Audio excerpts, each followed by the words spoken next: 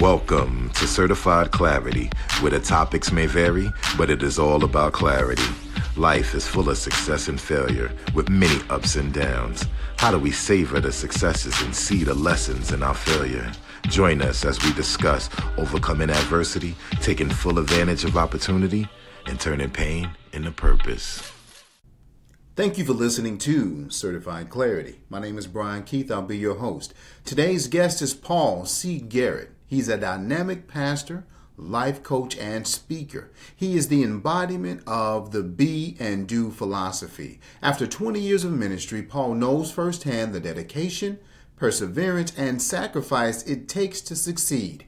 He has leadership certification with John Maxwell and is a certified speaker with Eric Thomas and Associates. Paul delivers a high-energy message uniquely and charismatically, inspiring you to make positive changes and live your best life. Paul, in your own words, tell us who you are. What's up, Brian? First, I just want to say thank you for having me, man. Good to see you. Who am I? Man, I'm an ordinary person who has an extraordinary gift and who has learned how to just be and do. Be and do. Just be and do. That's it. I like it. I like it. Well, tell me about this confidence brand, right? Right. Well, the thing about confidence, one of the things I've seen throughout the church and what I've seen throughout the job market and employees and careers is people lack the confidence to change and to transcend into what it is they really want to do and who it is they really want to be. Mm-hmm. And that's where we develop the be and do. Be who you were created to be and do what you was created to do. And in order to do that, it stems from great confidence. Extends from great confidence. So if I'm hearing you right, let me hear the question behind the question. So the question behind the question, or the insinuation, is that we are missing out on our full potential because we don't have confidence. Exactly. The scripture says in Hebrews 10:35, it says, therefore cast not away your confidence, because in it is recompense of great reward.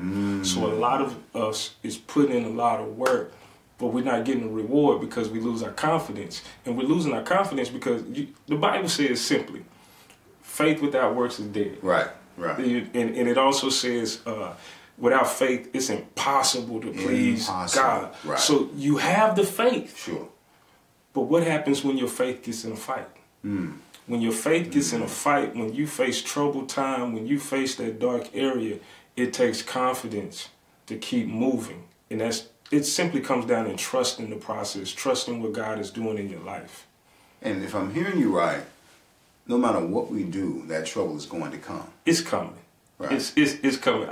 Listen, 2017 may have been great for you. 2017 may have been a tiptoe through the tulips. Right. But 2018 may not be so. And I'm not trying to wish any harm or anything on anybody. Yes, sir. But you better believe the storm is coming. The storm is coming. And so if you don't have a plan to be confident in that storm. Okay, so we have a sort of a blueprint of what confidence is. But talk about be and do. Oh man, that's a great question. I'm glad you asked that, because that's one of the things I'm excited about. Be is you being who you are. It's becoming. It's the work of becoming the essence of who you are. It's magnifying your soul in this universe and in this earth. It's you working. It's Brian, prime example, it's like these lights, man. Okay. You plugged up these lights. Now these lights were created to become light. Yes, they were. Now, if you plug them up and it did not become, we got a problem. We got a problem. Yes, sir. And so that's what being is. It's becoming who you were created to become. And so since they were created to become light, now it's producing light. So it's doing what it was created to do. And that's what we got to have the confidence to do in our lives, is to just be and do. Be who you was created to be. Do what you were created to do with great confidence. With that analogy, that makes a lot of sense, because now you're telling me that if the lights don't produce, because if this light does not light up, I'm not going to keep using it. Exactly. You're going to say it doesn't what? Work. It doesn't work. Oh, okay. That's it. Yeah. You're on to something right there, Brian. So what happens is a lot of us, we get hooked up into the world system. Break that down. The world system. Jesus said, "Be in the world, Yes. but not be of the world." Okay. Now, the world, in that instance in the Greek, means cosmos. Yeah. Is where we get the word cosmetics. Cosmetics. Okay. Cosmetics is what you put on top of what's real. Uh-oh. It's makeup. And so the world is made up. And so what the world has given us is to go get a job. Yeah. A job is what you're skilled to do. But your work is what you created to do. Oh, man. So, Brian, I don't know about you, but you can get laid off or fired from a job. But you cannot get laid off or fired from your work. That's right. That's and right. that word work needs to be laid off.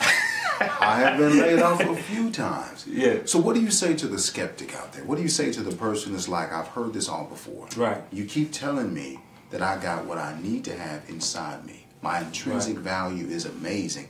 How do I pull that out?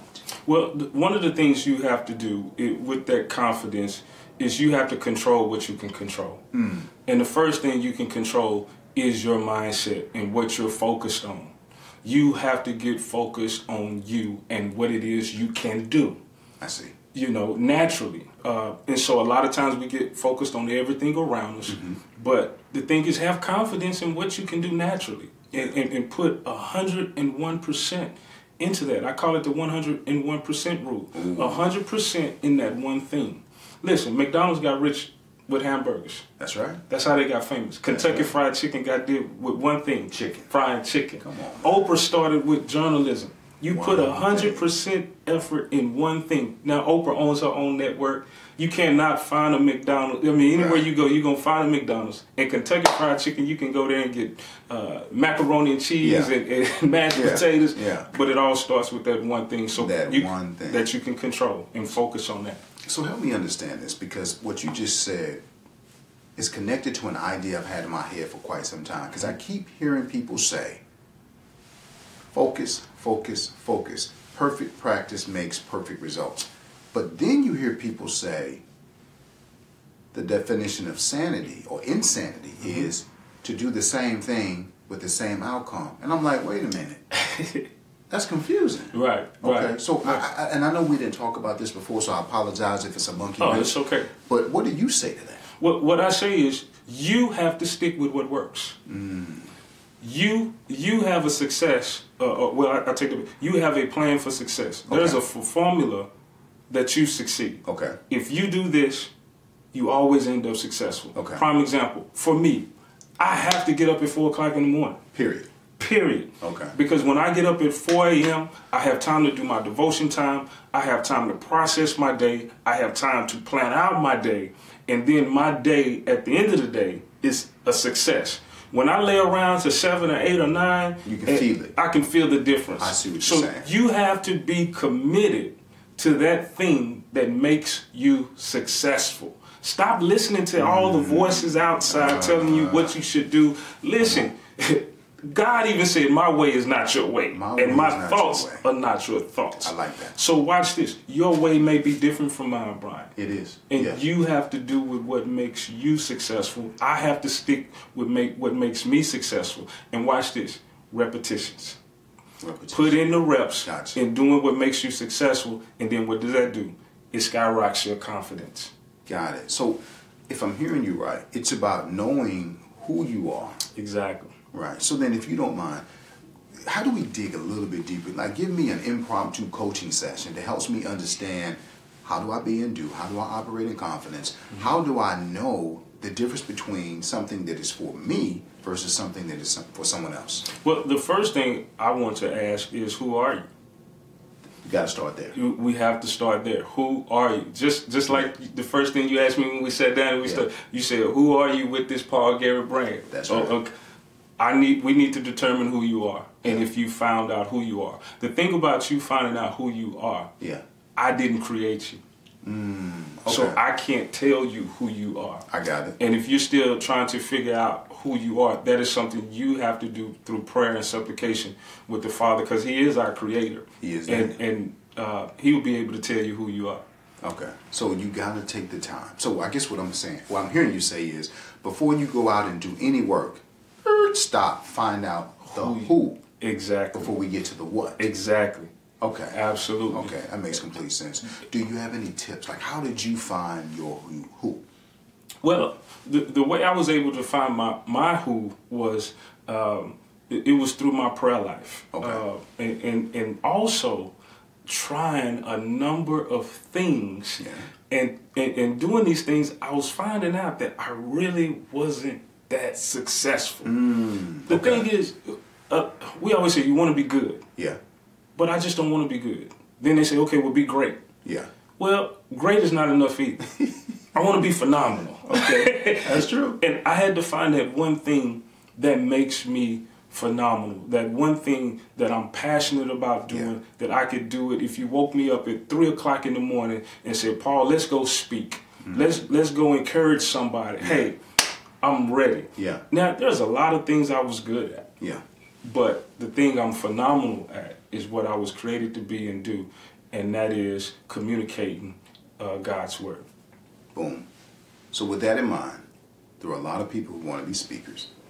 There are a lot of people who want to grab the mic because it's attractive, isn't it? It is. The platform is attractive. Yeah. So they want to grab the mic. They want to be in the front, but they can't somehow get people to come behind them. What do you say to a person who wants the limelight but has not been able to develop a tribe? What do you say to that person? Well, one thing for sure is you may want that platform. Sure. And I'm not to say that the platform is not for you. Okay. Okay. However, that one thing that may lead you to the platform is that thing you got to find. You got to figure it out. You have to figure that out. And that one thing that may lead you to the platform may be writing books. Yeah. That one thing that can lead you to the platform may be coaching. Yeah. That one thing that can lead you to the platform can be a producer helping other people be successful. See, that's there powerful. are different ways to get to the platform. See, let me just say this. A lot of people always say, know your lane. Find your lane. Find your lane. And everybody is flocking to find their lane. But the other thing people are not telling you is you have to know your race. Come on now. Come on now. My lane may be the 4th lane. True. True. But it's probably not to run the 400. It's to run the 200. Yes. And so when you find your lane, know your race. Wow.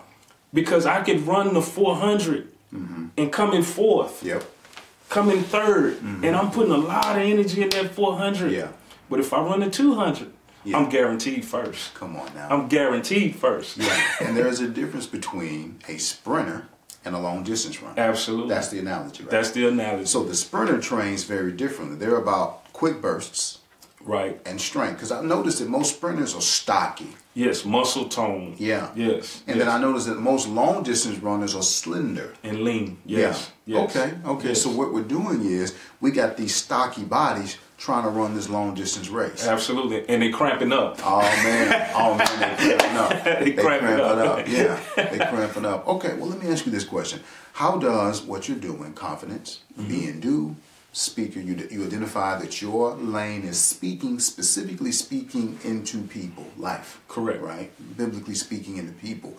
How do you how does that influence you as an entrepreneur? How does that manifest entrepreneurially? Well, it's one of those things that kind of evolves. One thing you always have to keep in mind is that once things start turning into a business, then you have to start learning business. See, your gift and your purpose will take you so far. Yeah. But you got to learn business in order for it to, watch this, to operate correctly and successfully in this system. That's it. In this world system. And so you have to learn business or get with somebody that understands business that can help you start producing monetary value. So the power in what you just said was, once you master your gift, you need, in order for you to monetize, there may be a different talent, a set of talents, gifts, abilities, or skills that you have to acquire. Correct. To truly monetize. Correct. So maybe you need to bring someone on, or you need to understand it for yourself. Understand it for yourself, or bring someone on, because the one thing I'm a firm believer is that your gift is the key to your wealth. I believe it too. Yeah. Your gift is the key to your wealth. And so we do have a system set up for you to gain wealth, so you'll be able to take care of yourself through your gifting. And so you may have to take some classes. You may need to join some social groups. You may need to hire somebody that may understand business a little bit better than you do. Gotcha. But do not miss the opportunity. Listen, do not ruin your gift by doing bad business. Come on now. And then that shoots your integrity. Yes. And then you won't be successful. You're right about that, because I've met quite a few, or maybe you can answer this question for me. I've noticed a lot of people who've mastered their craft. In fact, usually the best hairdressers, their hair's not done. The hair is not done. Right. Right. Right. What do you say to the master who has great for everyone else, but cannot seem to do, he or she, do that for themselves? What do you say to that? Listen, that's a great question. I'm glad you asked that. Yeah. What is one thing that Tom Brady and LeBron James have in common? They're both champions. They're both champions. That's right. They're multiple champions. That's true. But they're at the top of their game. Sure. Year in and year out. This is true. This is true. But what is the one thing that keeps them successful is that they have a coach. Yeah, they got a coach. Hire yourself a coach. Bring somebody on that can hold you accountable to what you're doing and what you're supposed to be doing the correct way. That's a good point, because Michael Jordan, LeBron James, they all have coaches. And then they have coaches outside of their coaches. Exactly. That's a great point. So no man is an island. We don't do this thing by ourselves. You're going to need help. You're going to need help. How do you ask for help? Because ego gets in the way, right? Yeah, well, and that's where, for me, Yes. and I would advise anyone to self-check. Self-check. You know, and that comes to taking accountability of what you're doing daily, where you're being successful, where you're not being successful. And then you find those people that are successful in those areas where you're not, and you start building relationships. Makes sense. It makes a whole lot of sense. So you got to have somebody outside of you. Okay, so the days of me being so amazing in what I did and not caring about who's around, those days are done. I'm glad you said that, because there's another word that comes after confidence, and you finding your purpose. That next word is potential. I like it. I like it. And the thing about potential is potential never celebrates what you've already accomplished. Potential is always celebrating what's next. What's next? What's next? Potential. Yes. And so the problem can be when we face or look at what we did too much and don't focus on the next Absolutely. thing. So many people have celebrated yesterday to the point that they're suffering from a hangover. We hear it every year. When people win the Super Bowl or they go to the Super Bowl, they say they got a hangover. They should. Why? Because they were too busy celebrating on their past success. Yes. That they're missing out on the potential. The potential. Of future success. Okay, well, speak to the people. Let me ask you this question. There are people who have a degree of confidence in what they do. Right. They know their lane, maybe even they know their race. Absolutely. They come to the conclusion that they need help. But it still is not gelling. It's not quite working. So let me repeat the question. Okay. They're confident. They're being. They're doing. They know their race. They're staying in their lane. They understand that they can't over-celebrate, and they recognize their potential. But for whatever reason, it is still not coming together. There's still an element. There's an ingredient. I can't seem to say the word. That's missing. What would you say that ingredient was? Patience. I would say patience. Yeah. Because everything's about timing. Yeah. And sometimes we can get impatient. Yeah. And we'll move too quickly. Yeah. And we'll lose confidence. So, yeah, I would say just be patient and be consistent, like you mentioned earlier. And always remember this. When you lack confidence, you can't make a decision. Come on. And when you can't make a decision, you can't change. So always be consistent. Be patient. We always say patience is a virtue. Yeah. Virtue means power.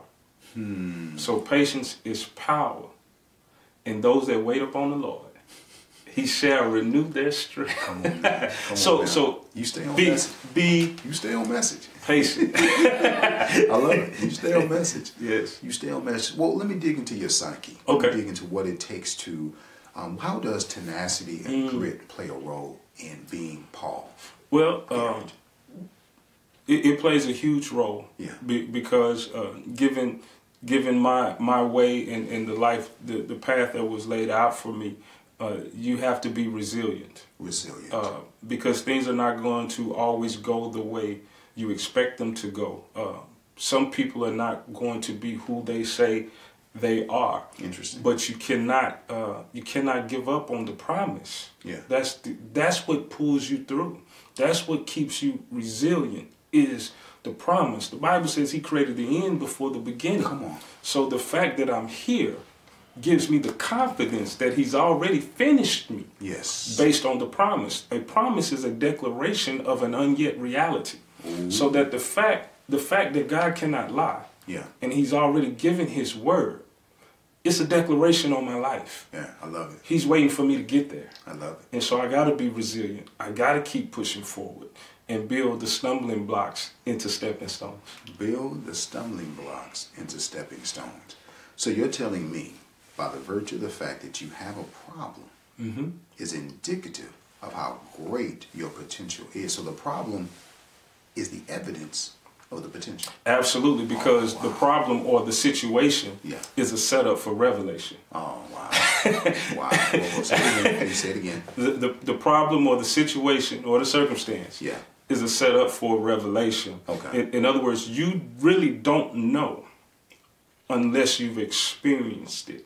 And so you can hear about it, you can know about it, but once you truly have experienced it, now you know for yourself. And so now that I've experienced some things, watch this, it qualifies me now to reach back and help somebody else and pull them through. Because you're right about that. Sympathy is one thing, but empathy is right. very different. Very different. Yeah, when you can tell me what you've done, when you can tell me what you've seen, what you've experienced, right, you can hear. Absolutely. And I can listen. Right. So we talked about grit. We've talked about the overall structure. Let me ask you this, and I apologize if it's too personal. Feel free not to answer. Okay. But let me ask you this question. As it relates to figuring out, facilitating, and creating the Paul Garrett experience, what are some of your dark days? Oh, man. Personally, my dark days are filled with a lot of loneliness. That's it. And so sometimes I can focus on the loneliness and how lonely this walk can be. You know, because sometimes you can pour out to so many people. Being a minister of the gospel and being a servant, naturally, you constantly serving. But at some point, you need to be poured back into. Now, let me say this. God will pour back into you spiritually. Yes. And through prayer and through praise and through singing his praise, God will pour back in you spiritually. However, because I'm in this body, yes, sir, I need that social commitment from those that I associate with, from those that are in my inner circle.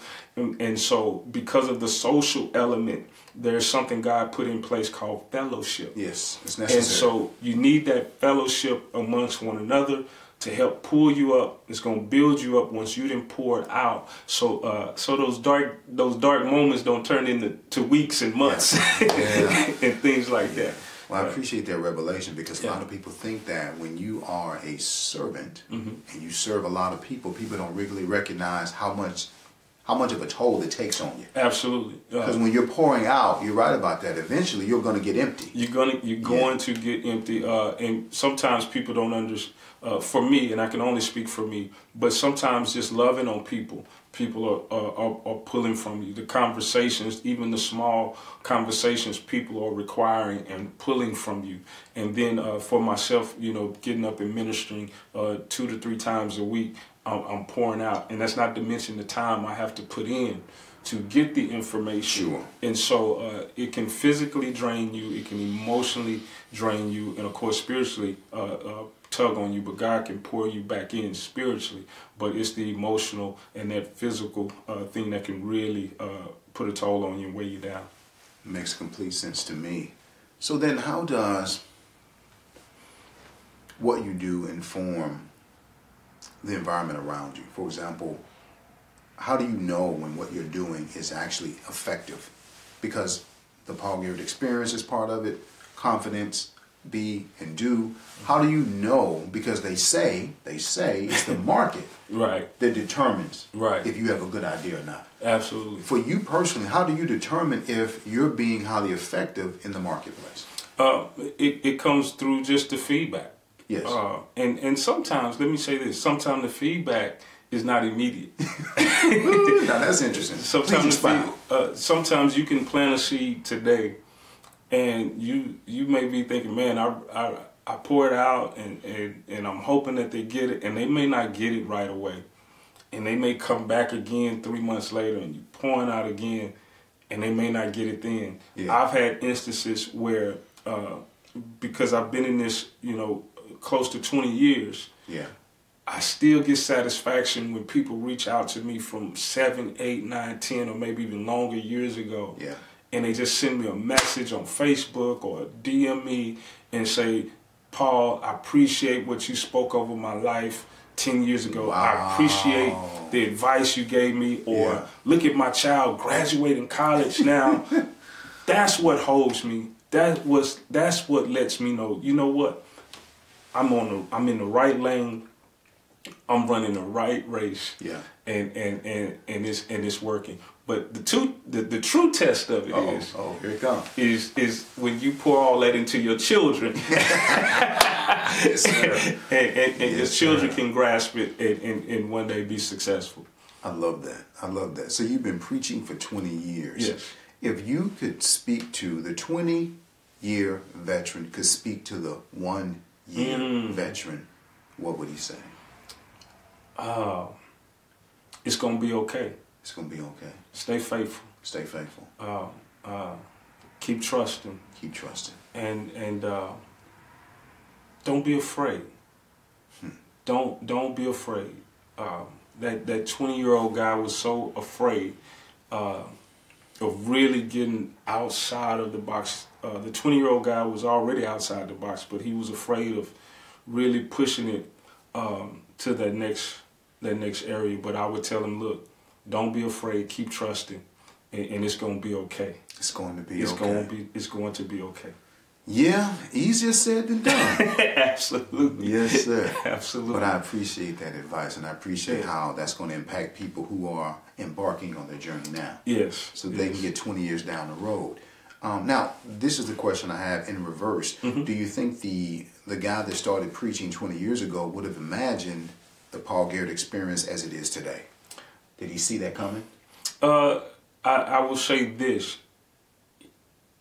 The vision was there. Okay. The vision was there. I think the 20-year-old probably didn't know the magnitude of what he was accomplishing or producing or how much that would impact other people's lives. I see. And so I think he knew that there was something big that could come out of it, and that's where his vision and his goals were. But I don't think he could imagine that the amount of lives that he would have impacted in such a way. And I think that's one thing that we don't realize what we do, Brian. We're actually being God is working through us to impact and change people's lives. Lives. Yeah. Change people's lives. Speaking of lives, what would you say to the ones who, because the assumption is some people who were around in year 1 or year 3 or maybe year 7 or year 12 may have moved on by now. If you could have a conversation with those people, what would you want them to know? Because they left for one reason or another. Sometimes it wasn't a good reason. Right. What do you say to those people, or what do you wish you could say to those people who left and maybe it was your fault? Of course, the first thing you ask for forgiveness for whatever it is that you may have done. and knowingly or unknowingly, Yeah. you ask for forgiveness. Number one. Number two, I think the thing, I know the thing that I would want to know is, what did you learn? Wow. What did you learn from the experience, and did it help? I see. Because it's not about me. No, it's not. It's not about me. I understand. But it is par for the course, and that's another angle to mastering your craft, operating your gift, fulfilling your purpose that we don't like to talk about. There will be some casualties. Absolutely. Relationship casualties, right? Yeah, just like you were a casualty of someone else. I was. Yeah. So, and that's a part of the process. And so, even myself, as I was a casualty or part of somewhere else, the first thing I wanted to know is, I need to forgive that person. Yeah. And number two, what did I learn from it? What did I learn from it? Yeah. So speak to the pain, because there are a lot of people who've experienced pain, and we call it church hurt. Yeah, to overcome the church hurt, the first thing I would advise is to, seek God, and that's number one, and through your prayer life. Number two, find a way for forgiveness, because you have to let it go. Don't let your past hold you up from your destiny because you won't forgive. That's number two. The next thing is find out that revelation in that situation. Why did this happen? What did I do to cause it to happen? Was I just a drive-by casualty? But what is it, God, you wanted me to learn from that experience? And then just understand that your relationship with God is one-on-one with Him, not through anyone else. Wow. God has placed people in your life to help you with your relationship with God. But you cannot determine your relationship with God, and you cannot make a determination of the kingdom of heaven through a church facility. There is no perfect church. Now that's an interesting concept, because many have, or I'll ask the question, and then you can tell me if you disagree with the way I categorized it. Okay. Do you believe that the relationship to church is the center, or what is the hierarchy? We talk about God first, we talk about your family second, and then your wife second, and then we talk about your family, and then we talk about business. So that's the 4 levels. But then some people equate God with going to church. Right. Is that wrong, or is that a part of? How does it fit? What do you think? I think what has happened is, one of the ways that we have perpetuated truth is to join church. I see. And so we're good about trying to reach people and get them saved. Yeah. And we've told them, okay, now go to church. Yeah. Thinking that by going to church is going to solve all their problems, and by going to church that everybody in the church would never hurt them. Right. That the people in the church would never lie to them. Never lie. The people in the church would never steer them wrong or do them bad business. And that's not true. Okay. Because guess what? The people who come to church, watch this now, are coming from the world. And now watch this, Brian. When I walk into Methodist Hospital, why would I go to Methodist Hospital expecting to see a bunch of well people? You're not. No, you're not. Yeah. Yeah. So why am I expecting? Right. To go to church? Ooh. Expecting. Ooh. To see everybody well. Well. We're all there for a reason, and it's because we need help. And because of that analogy, there are times where there is a patient in the hospital, if you will, or in the church, who may actually infect someone who's there to provide care. Absolutely. Wow. Because there are still issues. Yes, there are. There are still some unidentified issues. Yeah. And watch this, there's some people still undergoing treatment. I mean, and so, just like anything else, you can start a new job tomorrow. Yes, you can. And let's just say in your hiring group, there are 25 people. In a matter of 3 weeks, those 25 people that you walked in with, you guys are going to migrate into different groups. Yes. Because like people find each other. That's true. Same way in the church. You walk into a church, you may not know but one person, you may not know anybody. But it's amazing how like people find each other. And sometimes it's your issues that bring you together. And when your issues bring you together, that's where you have to identify, okay, you're still undergoing treatment. Okay, you're on the road to recovery. And you got to find out where you fit into that equation. Wow. And build healthy relationships. And some relationships you shouldn't be in. That's why you're in the trouble you're in. That's the bottom line. Yes. So what do you say to the person that we know what church hurt is, we've experienced it, you've expounded upon how it can occur. Tell the person who's experienced it why they need to give it another shot. Oh, that's a great question. Because number one, we've all sinned and fallen short. Yeah. None of us are perfect. And just like someone has hurt you, you have hurt somebody else as well. Yeah. And I guarantee you, if you went through your phone right now, through your contacts, I guarantee you will come across somebody that you wish you could go back and ask for their forgiveness. Somebody that you wish you could have a do-over. Yes. And so do not determine your relationship based off a bad situation. You've been in relationships before, it didn't work out for whatever reason, but it took you some time to heal, and you went back and you tried again. Yes, and so they know that God is still God. Right. God is still alive and well. Yeah. He's still watching over your soul. He's still speaking life. He's still got purpose for you. So sometimes we just need to build a bridge and get over it and stop being a victim and walk in being a victor, so that we can be witnesses, evidence producers that God sent the Son. Let me shift gears a little bit. You described you have a vision, a unique vision for the Paul Garrett experience. And you described yourself as, or you know what, it's better, let you describe. What would you describe the Paul Garrett experience? How would you describe it? Oh man, it is hard to put in words, because the reason why we put the word experience on there, because it is an experience. And so depending on where you are, and you're going to walk away with something empowering, you're going to walk away with something uplifting, you're going to walk away with an experience that you've never had before with a group of people.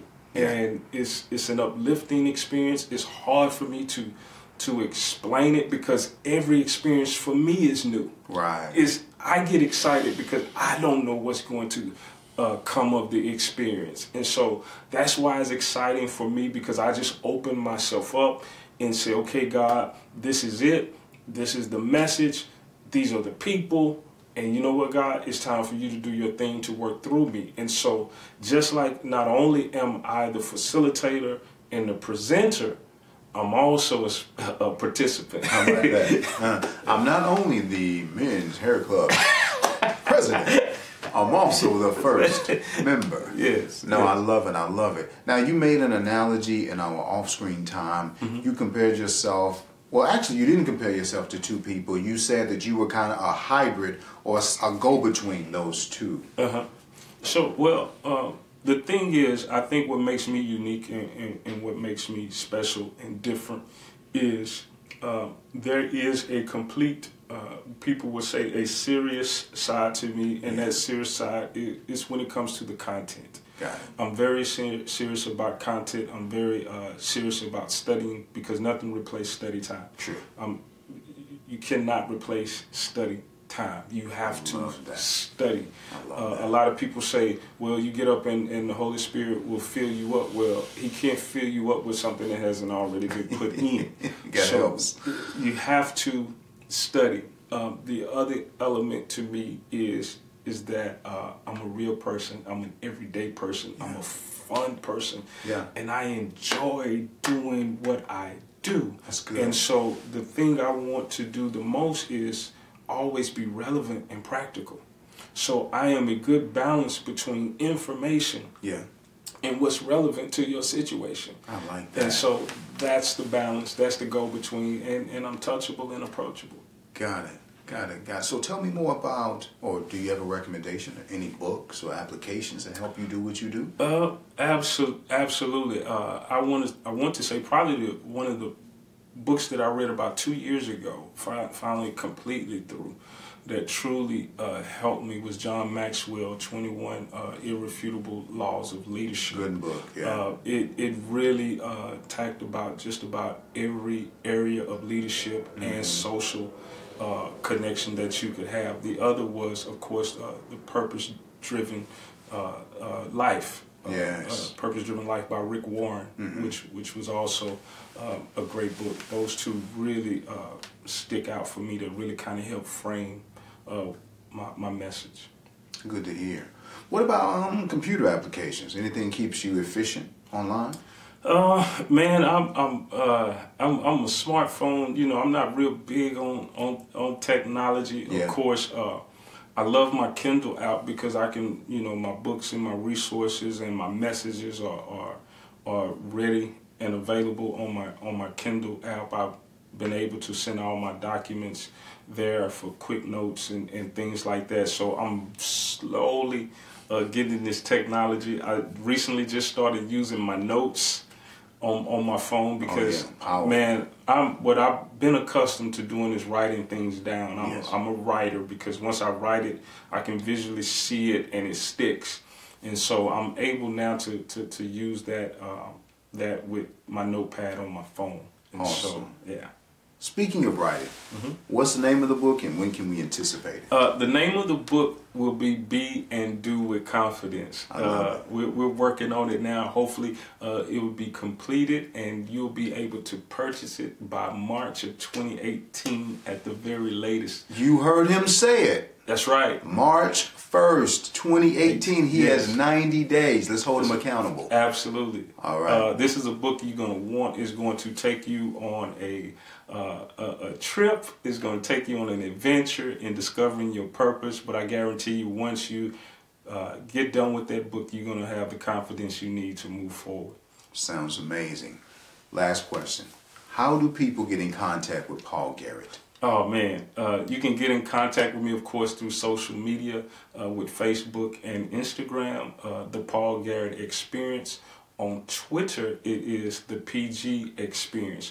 Or you can reach out to my website at paulgarrett.co. Again, that's paulgarrett.co. New website just went live 3 weeks ago. I need you to go check it out. Oh, and we have a YouTube page as well, The Paul Garrett Experience, that we're going to be providing some videos. There's some up-and-coming fresh material, everything to help build your confidence so that you can be and do the person that you was created to be and do what you were created to do.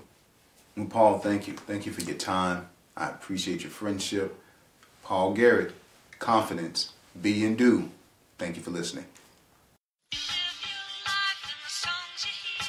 You have been listening to the Certified Clarity Podcast with Brian Keith. Remember, before we can strive, we must survive. Once we have mastered the strive, then we can thrive. If you would like to contact the host or any featured guest, please see the podcast show notes. Your feedback is welcome. Thank you for listening.